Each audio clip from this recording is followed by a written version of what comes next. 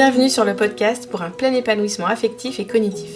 Chaque vendredi, vous pourrez vous enrichir avec l'expérience d'éducateurs au sens large qui cherchent à contribuer à ce plein épanouissement. Des professeurs des écoles, des éducateurs Montessori, des chercheurs, des formateurs et même des rééducateurs. J'ai à cœur que l'école évolue pour que chaque enfant puisse développer son plein potentiel. J'essaie de faire ma part avec mes ateliers Montessori, mes formations en ligne et en présentiel, le podcast bien sûr, et mes 2 cartons dans l'éducation nationale. Pour résumer, au quotidien, j'aide les enfants à développer leur plein potentiel et j'accompagne des professeurs des écoles pour leur faire découvrir l'éducation Montessori, qui est en parfaite cohérence, adéquation avec les recherches en neurosciences. Vous trouverez plus d'informations sur mon blog, montessori-apprendreautrement.com et plein d'autres ressources. Si vous voulez recevoir gratuitement les clés les plus efficaces pour développer le plein potentiel des enfants à l'école et à la maison, vous pouvez vous inscrire en cliquant sur le lien dans les notes de l'épisode. Pour passer à la vitesse supérieure, vous pouvez vous inscrire à ma formation en ligne ou en présentiel. Vous aurez toutes les informations sur le blog. Si ce podcast vous plaît, je compte sur vous pour laisser un commentaire sur votre plateforme d'écoute et une note de 5 étoiles si vous êtes sur Apple Podcast. C'est la meilleure solution pour donner de la visibilité au podcast et contribuer vous aussi à cette révolution éducative. Et n'hésitez pas à partager les épisodes qui vous plaisent. Pour ce 60e épisode, vous allez découvrir le parcours professionnel de Marguerite Morin, prof des écoles dans le public depuis 2004. Marguerite a passé 7 années en maternelle à mettre en place la pédagogie Montessori. Dès les premières années, elle a été sollicitée par son inspecteur pour former les enseignants et par les éditions ESF pour écrire des livres pour partager son expérience. Dans un premier temps, Marguerite a témoigné sur ses 7 années en classe multi-âge, puis elle a partagé ensuite son expérience de formatrice. En plus des enseignants, elle forme également des conseillers pédagogiques et des inspecteurs. Comme quoi, les choses avancent. Elle a insisté sur l'enfant dans sa globalité et l'importance du changement de posture qui prend du temps. Marguerite est convaincue que cette pédagogie a sa place au sein de l'éducation nationale et trouve des solutions pour respecter les programmes et respecter l'enfant dans sa globalité. L'exemple de la lecture qu'elle a partagée illustre parfaitement cette adaptation. Je laisse place à ma conversation avec Marguerite. Bonjour Marguerite, bienvenue sur le podcast. Bonjour, enchantée. Je suis ravie de vous accueillir aujourd'hui. Vous êtes professeur des écoles, vous êtes auteur de plusieurs livres, vous avez aussi un blog. Est-ce que vous voulez bien commencer par vous présenter, s'il vous plaît? Présenter mon parcours ou présenter...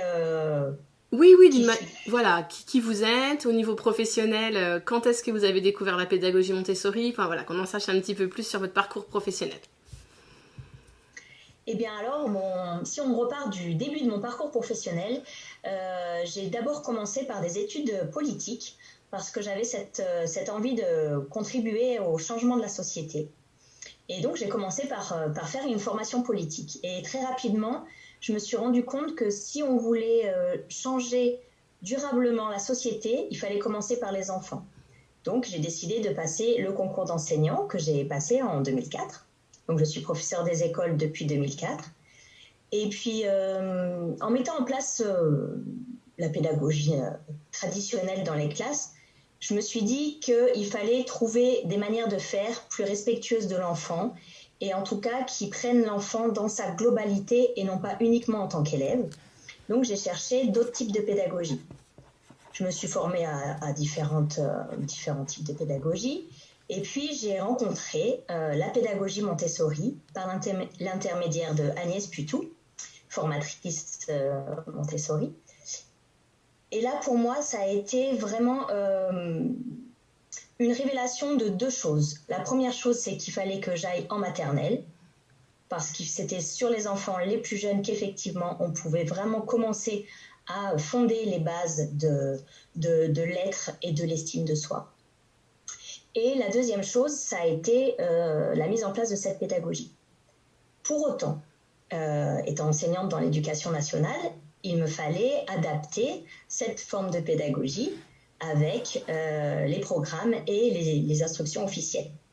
Donc, j'ai fait ce travail-là de mise en adéquation des programmes et de la pédagogie Montessori, et j'ai ensuite mis en place cette pédagogie dans ma classe.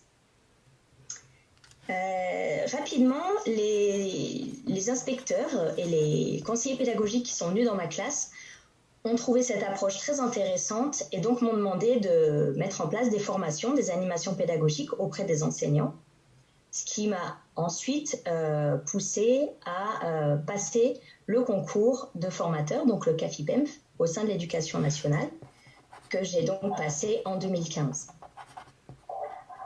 Parallèlement à ça, on était 2 collègues à avoir fait la même formation avec Agnès Puitou et à s'entraider pour développer ça.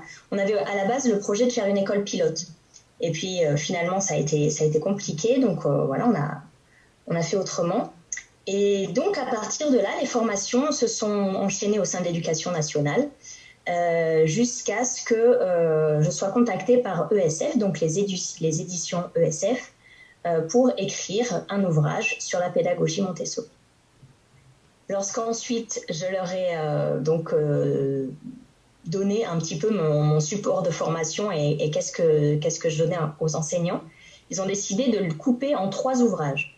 Donc c'est pour ça qu'il y est sorti en 2017 le premier livre, La pédagogie Montessori en maternelle, et en 2018 les 2 autres livres qui sont en fait la partie activité, donc les séances, les plans de séquences, les programmations mises en place dans ma classe et donc de l'adaptation de la pédagogie Montessori à l'Éducation nationale. D'accord. Est arrivée ensuite la demande toujours de SF de faire un livre qui aiderait les enseignants dans leur mise en réflexion. Et donc le 4e livre, qui est Je me lance en Montessori, est en fait le livre qu'il faudrait lire en premier pour être dans le cheminement et ensuite lire les autres pour une mise en place plutôt dans la classe concrète. D'accord. Voilà. Et donc là, vous êtes... D'accord. Et là, vous êtes toujours en maternelle ? Alors, jusqu'à l'année dernière, oui, j'étais toujours en maternelle dans mon triple niveau. Et depuis cette année, je suis en disponibilité parce que j'ai des gros projets d'accompagnement et de formation au Congo, au Maroc et en Polynésie française. Et du coup, c'était compliqué de à la fois faire classe et à la fois accompagner ces gros projets de formation. Donc cette année, j'ai demandé une disponibilité. Ah oui. Et la Covid n'empêche pas trop vos projets de voyage du coup, parce qu'il faut voyager. Ça restreint. Du coup, il y a une partie qui se fait en distanciel. Mais on décale sans cesse la partie présentielle, donc on espère quand même à un moment donné y arriver. Non, pour l'instant ça va. En tout cas, c'est dommage, ça retarde un peu, mais oui. Ça va. D'accord. D'accord. Et quand vous avez découvert la pédagogie Montessori, donc en 2011, hein, c'est ça, 2011 ? Qu'est-ce qui vous a tout de suite séduite ? Voilà, pourquoi vous avez continué dans cette voie-là, vous avez creusé et vous vous êtes formé ? Qu'est-ce qui vous a vraiment marqué ? Alors, je dirais qu'à l'inverse, la première chose, ça a été pour moi presque un refus. C'est-à-dire que l'écart de conception de l'enfant entre ce que moi je pensais être mon travail d'enseignant et ce que proposait la pédagogie Montessori a été tellement important pour moi qu'au départ, je me suis dit, mais c'est pas possible, je peux pas faire ça. Voilà. Ça a été d'abord... une petite forme de je dirais, j'étais assez sceptique du coup. Et ensuite, par contre, en approfondissant la formation, j'ai vraiment compris quel était le sens, quel était le développement de l'enfant, en quoi et pourquoi ça correspondait tout à fait à ce que moi je recherchais et du coup à la prise en compte de l'enfant dans sa globalité, du coup pour former un citoyen futur plus responsable et plus respectueux. Et c'est vraiment ça pour moi qui a été le déclencheur. C'est la prise en compte de la globalité de l'enfant. D'accord. Et au début, là, vous avez dit que vous aviez adapté la pédagogie Montessori avec les programmes, les demandes, des demandes au sein de l'Éducation nationale.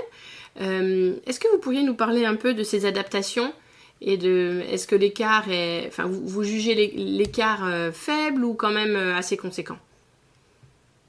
Non, je pense que c'est tout à fait possible de mettre en place cette pédagogie au sein de l'Éducation nationale ou au sein des écoles hors contrat, des écoles privées mais sous contrat, parce que c'est juste un autre regard à porter sur l'enfant. c'est plus pour moi un changement de posture qu'une difficulté matérielle. Mais il était important pour moi de montrer tant à l'éducation nationale, surtout à l'éducation nationale, mais même pour moi en tant qu'enseignante, que je permettais malgré tout aux enfants de ma classe de pouvoir s'adapter à toutes les formes de pédagogie qu'ils trouveraient au sein de leur scolarité, et non pas de les enfermer dans une bulle qui serait efficace pendant les 3 années où ils seraient avec moi et qui ensuite ne serait pas compatible avec le reste de l'éducation. Donc non, je pense vraiment que c'est tout à fait faisable et que c'est même tout à fait souhaitable de mettre en place cette pédagogie au sein de l'éducation nationale. Oui, je suis convaincue aussi, mais je pense que certains enseignants qui nous écoutent pourraient avoir peur justement de s'engager dans cette transition. Et je vous rejoins complètement quand vous dites que c'est plus un changement de posture que apprendre à présenter le matériel, s'équiper en matériel. Pour moi, le changement de posture, il est vraiment indispensable, en fait. C'est la base. Oui, tout à fait. C'est vraiment ça qui, en tout cas moi dans mes formations, c'est vraiment là-dessus que j'insiste, c'est-à-dire que je suis plutôt dans un accompagnement de développement professionnel, parce que c'est pas du tout un changement, c'est vraiment un développement, c'est-à-dire il n'est pas question de renier qui on est professionnellement, il n'est pas question de tout changer et de recommencer du début, ça n'a absolument pas à voir à cela, c'est vraiment se développer professionnellement en acquérant d'autres facettes de cette professionnalité et donc d'autres façons de faire apprendre aux enfants et de les accompagner dans leur développement.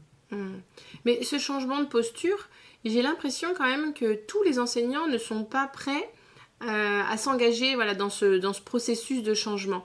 Je pense que ça doit être difficile quand même quand on découvre cette pédagogie après 20 ans, 25 ans de carrière, de se dire qu'il existe une vision de l'enfant qui est quand même assez différente et plus respectueuse, et de remettre un peu en question du coup ce qu'on a fait pendant 20-25 ans. Qu'est-ce que vous en pensez ?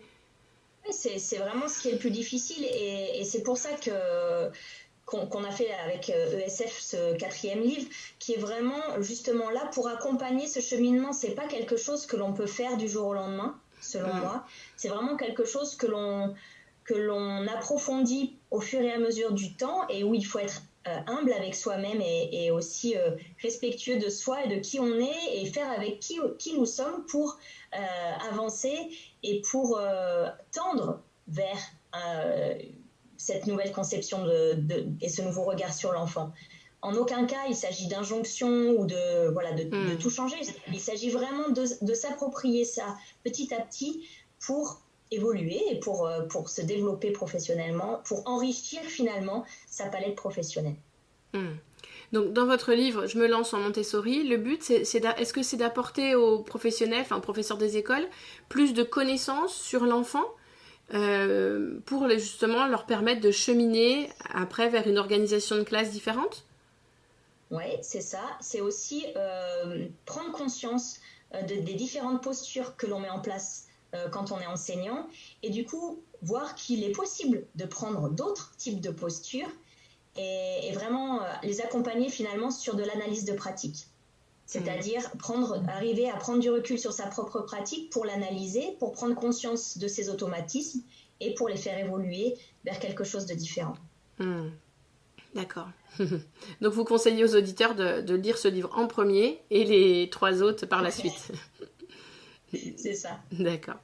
Et vous avez beaucoup insisté sur l'enfant dans sa globalité. Et c'est une expression que je pense qu'Alexandra Brimbrook, une invitée précédente sur le podcast, a utilisée. D'ailleurs, je pense que j'ai choisi cette expression comme le titre de l'épisode. L'enfant dans sa globalité, ça me dit quelque chose. Qu'est-ce que vous entendez par là ? Bien, très souvent, en fait, on pense en tant qu'enseignant que lorsque l'on a la charge des élèves, on est responsable uniquement de leur partie apprentissage. C'est bien pour ça d'ailleurs qu'on les appelle des élèves dans les classes. Donc ça veut vraiment dire qu'on est en train de se focaliser uniquement sur la partie apprentissage, la partie scolaire de l'enfant. Or, quand on met en place la pédagogie Montessori, on sort de ce regard-là pour vraiment apporter un regard qui prend en compte l'autre dans sa globalité, donc l'ensemble de sa personnalité, c'est-à-dire son développement affectif, son développement psychologique, psychique, cognitif, moteur, etc., pour vraiment rentrer en lien avec lui, avec qui il est, comme être particulier et différent de tous les autres, et pour l'accompagner lui, en tant que personne, dans son développement. On le prend là où il en est au point A, et on va l'accompagner et mettre en place tout ce qu'il faut autour pour qu'il se développe le mieux possible vers le point B que nous sommes fixés. Quand vous dites point A et point B, le point B, c'est en ayant en tête les programmes, mais avec la souplesse de se dire, voilà, peut-être que tous les enfants ne pourront pas aller au point B à telle date, à tel moment, parce que voilà, ils ont besoin de plus de temps. Et donc, du coup, c'est ça que vous voulez dire, la différence que vous voulez apporter, c'est la souplesse, avoir les programmes en tête, mais s'adapter au chemin de chaque enfant. C'est prendre en compte les particularités de chaque enfant et effectivement l'accompagner le plus loin possible, sachant que le point B est le minimum obligatoire. Si le point B est l'acquisition des programmes, donc de fin de cycle 1, ça c'est la condition minimum. On sait très bien que dans la pédagogie Montessori, les enfants la dépassent largement, mais voilà, comme vous dites, avec une souplesse, c'est-à-dire que tous les enfants ne vont pas apprendre la même chose au même rythme et au même moment. Quand au début vous parliez des adaptations que vous avez réalisées pour pour écrire votre livre, et j'aimerais avoir votre point de vue par rapport au programme. La grosse différence que je trouve entre la pédagogie Montessori et les programmes, c'est par rapport à l'apprentissage de la lecture. Et dans les programmes, je crois qu'on est censé faire apprendre le nom des lettres aux enfants, alors que dans la pédagogie Montessori, évidemment, on va être sur le son, pas le nom de la lettre. Et dans la dernière formation que j'ai faite, où j'ai accompagné plusieurs professeurs des écoles, j'ai senti une professeure des écoles en maternelle qui était convaincue de l'intérêt de prononcer, de prononcer les sons, de ne pas dire les lettres, mais qui avait besoin de continuer de dire le nom des lettres pour respecter les programmes. Donc c'est vrai qu'il y a une grosse différence par rapport à ça. Donc comment vous vous situez et quand vous accompagnez des professeurs des écoles, est-ce que vous leur apportez de la connaissance, vous leur laissez évidemment la liberté de choisir, mais comment se placer en tant que professeur des écoles face à cette différence ? C'est compliqué parce qu'on est quand même tiraillé entre les deux. C'était mon cas, j'étais vraiment, après avoir fait ma formation Montessori, tiraillée entre le respect des programmes et de mon rôle d'enseignante et à la fois la conviction que faire autrement était nécessaire. Et en tout cas, par exemple, pour ce point particulier du son et du nom des lettres, alors moi, ma technique, c'est de commencer évidemment par les sons. Mais ça, du coup, c'est dès le début de la scolarité. Et par contre, je donne le nom des lettres, donc je respecte les programmes, mais je donne le nom des lettres à la fin de la grande section, quand en fait, ils sont suffisamment à l'aise dans la lecture pour ne plus être perturbés par le nom de la lettre. Et du coup, ça permet à l'enfant d'apprendre à lire naturellement, puisqu'il ne connaît que le son des lettres, mais ça lui apporte ensuite, dans un second temps, la connaissance du nom des lettres, qui est quand même importante pour la vie et pour la continuité.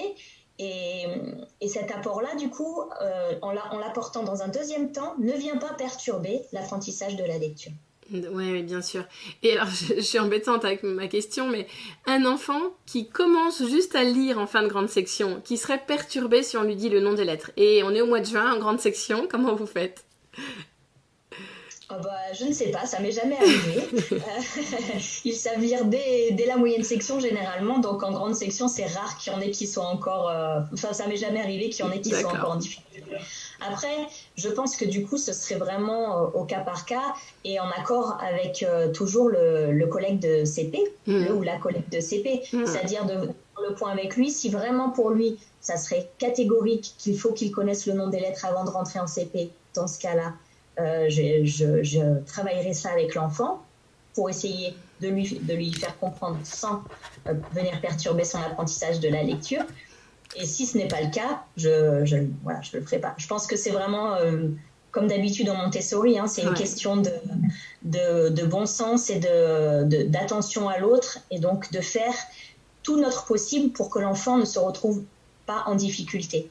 Donc si le fait qu'il ne sache pas le nom des lettres va le mettre en difficulté en CP, il est important qu'il connaisse le nom des lettres avant de passer en CP. Et j'aimerais du coup, toujours en rapport avec l'apprentissage de la lecture, vous demander votre avis par rapport aux syllabes.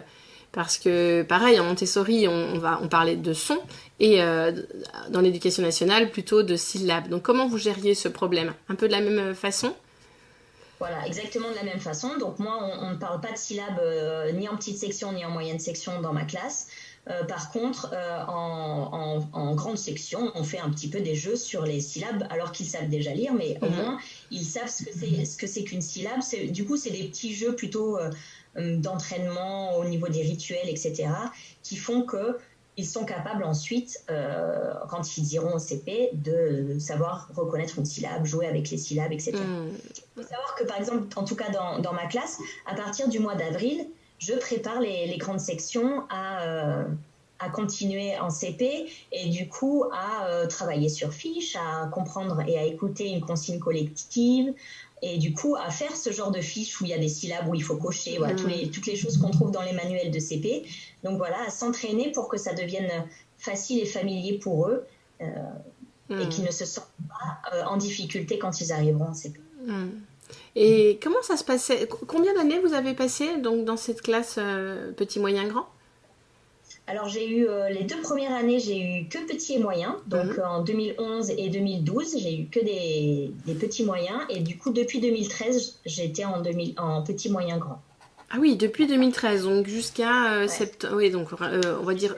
2020. Oui, donc 7 ans. 7 ans, 7 ans en triple niveau, ouais. Ah oui. Et comment ça se passait avec vos collègues quand les enfants arrivaient en CP, étaient capables de lire? J'imagine qu'au niveau mathématique, voilà, ils allaient bien au-delà des programmes aussi.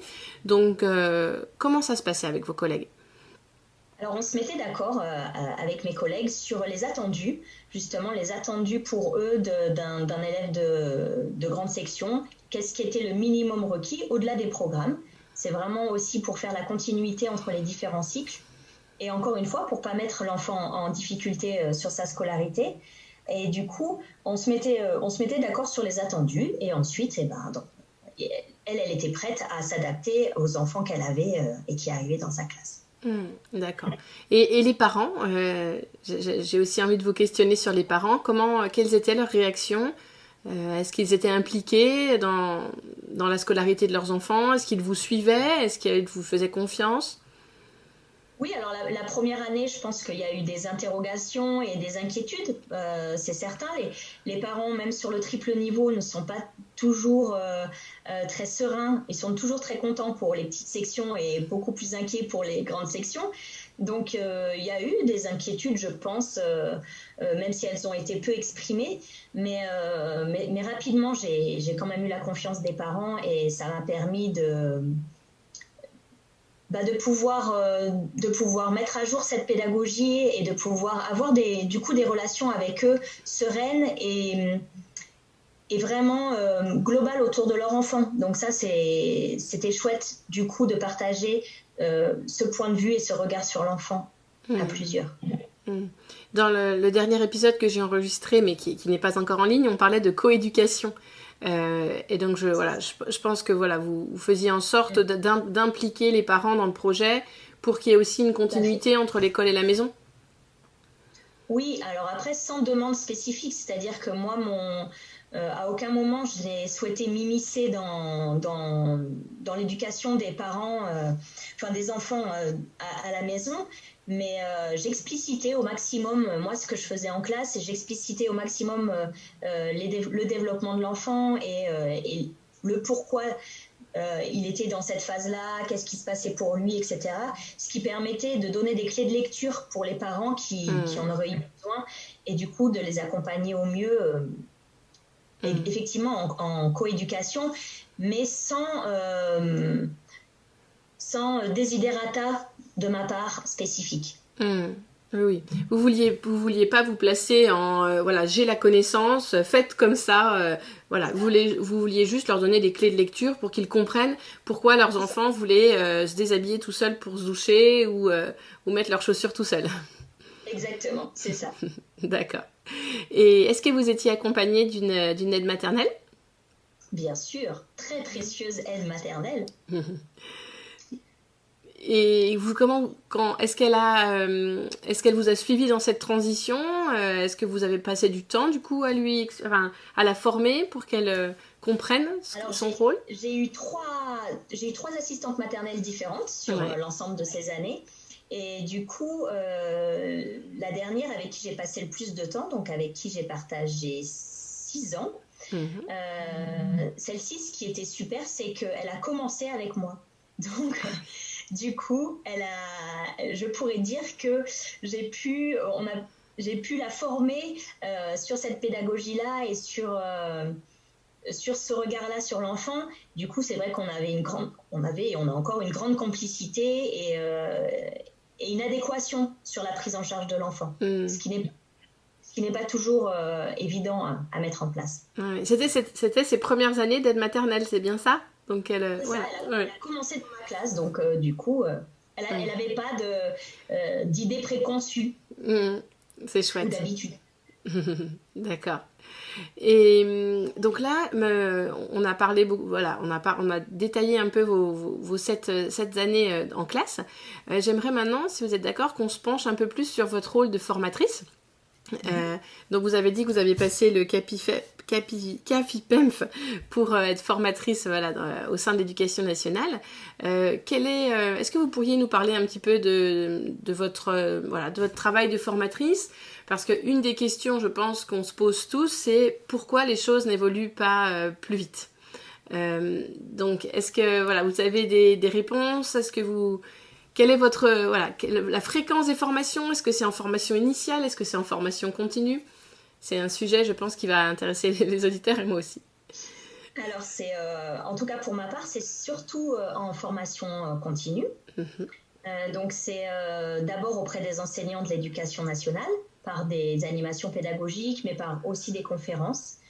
Alors, ça c'est une première partie. Après, j'ai une deuxième partie où je fais beaucoup de formations continues pour les enseignants privés, d'écoles privées sous contrat. Voilà. Et j'ai aussi une partie où je suis professeure à la faculté, à l'ICP de Paris, dans le DU pédagogie active.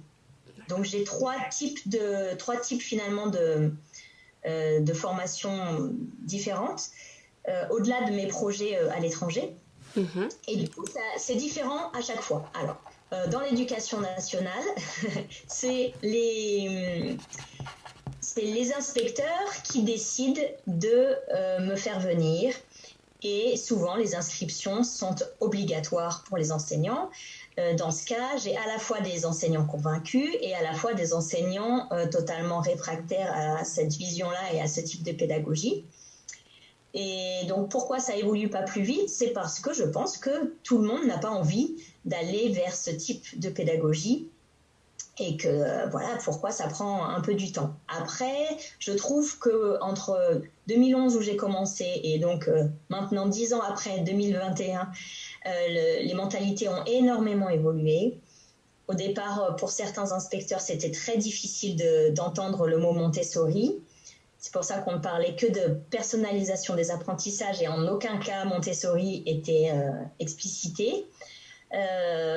Maintenant, ça a beaucoup évolué. Ils sont plutôt, l'éducation nationale, je trouve, est plutôt dans un accompagnement du changement que dans un refus ou une tolérance. Donc, je pense pour ma part que ça ne peut que s'amplifier au fil du temps. Mais je pense que ça vient aussi des demandes des enseignants. Ça, c'est pour le volet éducation nationale. Pour le volet mes formations dans les écoles privées, là, c'est autre chose puisque donc c'est proposé et c'est les enseignants qui s'inscrivent. Donc, pour le coup, là, je n'ai que des enseignants motivés. Puisque c'est eux qui ont décidé de faire cette formation-là, donc ils se sont inscrits, donc eux ils sont déjà convaincus et on est plus sur de l'apport théorique, de l'outillage, du développement de l'enfant et de l'analyse de pratique.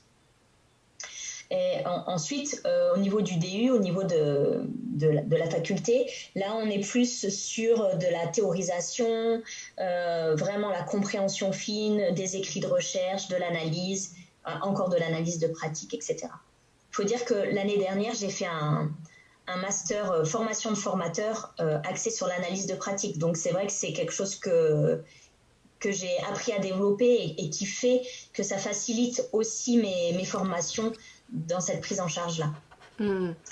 Est-ce que c'est un master qui a un nom un peu bizarre comme PIF, PIF ou quelque chose comme ça, non? MIF, c'est un master MEF, M-E-E-F. Mais effectivement, moi, c'est le formateur MEF, FEF, donc qui s'appelle, qui est un master spécialisé sur la formation de formateurs. Et du coup, depuis ce master, je fais des formations auprès des conseillers pédagogiques et des inspecteurs pour les aider à accompagner les enseignants qui mettent en place ce type de pédagogie dans leur classe. C'est pour ça que je pense que malgré tout, ça évolue, puisque ça monte les échelons petit à petit. Je pense que voilà, c'est sur la bonne voie et que ça va évoluer. Et le 4e type de formation, c'est à l'étranger. Et donc là, vous ne dépendez pas de l'éducation nationale. Voilà, non, voilà. Là, je dépends de rien du tout. Et là, c'est vraiment des accompagnements de projets importants, c'est-à-dire de création de structures ou... voilà, ça dépend. C'est pas la même chose au Congo, au Maroc et en Polynésie. Mais c'est vraiment... des projets qui prennent en compte l'ensemble de l'équipe enseignante, même le personnel non enseignant, qui prend en compte les locaux, l'aménagement des locaux, le choix des locaux, qui prend en compte le financement. C'est vraiment des projets plus importants et où voilà, le thème central, c'est le développement de l'enfant et permettre à chacun d'évoluer le mieux possible. D'accord. Et entre le premier type de formation et le deuxième, entre le fait que tous les enseignants soient convaincus et se sont inscrits avec d'eux-mêmes, et les enseignants qui sont là parce qu'ils doivent être là, est-ce que vous le remarquez au sein des formations? Qu'est-ce que ça change? Voilà, quelles sont leurs réflexions? Ça change énormément de choses. Déjà, ça change le climat et l'ambiance de la formation. Ça change beaucoup de choses pour moi parce que dans un sens, dans le premier type, donc avec des enseignants non convaincus, je suis obligée de plus expliciter et de partir de plus loin, c'est-à-dire de vraiment parler de qu'est-ce que la pédagogie Montessori, qu'elle s'inscrit dans l'éducation nouvelle, etc., etc. Alors que du coup, pour les pédagogies ou les formations, où les enseignants sont déjà sensibilisés à ça, on peut rentrer plus vite dans le vif du sujet. D'accord. Mais je trouve ça dommage, parce que par exemple, dans l'éducation nationale, vu que c'est par circonscription, il y a des circonscriptions où j'interviens et où j'ai des enseignants motivés et d'autres qui sont là un peu sous la contrainte. Mais alors que juste à côté, dans le département d'à côté, il y aurait des enseignants motivés qui aimeraient suivre cette formation. Et voilà, ça c'est quelque chose qui est pour moi dommage dans l'éducation nationale, c'est qu'on ne puisse pas s'inscrire sur des formations au thème que l'on choisit, quelle que soit si elle se passe dans notre département ou non, plutôt que d'être contraint d'aller faire une formation qui ne nous intéresse pas. Et dans ce cas, c'est une perte de temps pour la personne qui veut se former, autant qu'elle se forme à quelque chose qui lui tient à cœur, même si ce n'est pas de la pédagogie Montessori. Et ça permettrait d'accueillir et de former plus de personnes qui souhaitent le faire au sein de l'éducation nationale. D'accord. Et écoutez, si vous êtes d'accord, on va terminer cet épisode avec les 3 questions habituelles. À moins que vous vouliez rajouter quelque chose avant, une question que j'aurais oublié de vous poser. Non, tout va bien. Est-ce que vous auriez donc un livre à conseiller aux auditeurs? Oui, je conseillerais le livre de Bérangère Colli qui s'appelle Montessori, l'esprit et la lettre, qui pour moi est vraiment une belle ode à la pédagogie Montessori et qui explicite tant la pensée et les fondements de cette pédagogie, et qui parle énormément du mouvement et du besoin de mouvement de l'enfant. Donc pour moi, c'est vraiment une lecture que je conseille. D'accord. Et une citation que vous aimeriez partager? Oui, j'ai coécrit un livre avec un inspecteur qui s'appelle Lionel Marin, qui est un livre pas sur la pédagogie Montessori, mais sur le travail d'enseignant en maternelle. Et je trouve qu'il a une phrase pour définir l'école maternelle qui est très belle, qui est celle-ci. Il dit « L'école maternelle est une école à part entière et entièrement à part ». Ah oui, très joli. Donc voilà, je trouve que c'est une très belle façon de définir l'école maternelle. D'accord. Et on va conclure avec soit un coup de cœur, soit un coup de gueule. Eh bien, j'ai plutôt un coup de cœur. Et mon coup de cœur va auprès de tous les enseignants qui osent remettre en cause leurs pratiques et essayer des nouveautés et se remettre du coup en question. Et voilà, mon coup de cœur, ça va vraiment pour l'ensemble de ces enseignants qui alors qu'ils fonctionnent correctement dans leur classe, se remettent en cause et modifient leurs pratiques. Merci. Merci beaucoup, Marguerite. Merci à vous. Si ce podcast vous a plu, je vous rappelle que je compte sur vous pour laisser un commentaire sur votre plateforme d'écoute et une note de 5 étoiles si vous êtes sur Apple Podcast. C'est la meilleure solution pour donner de la visibilité au podcast et contribuer vous aussi à cette révolution éducative. Et n'hésitez pas à partager les épisodes qui vous plaisent. À la semaine prochaine!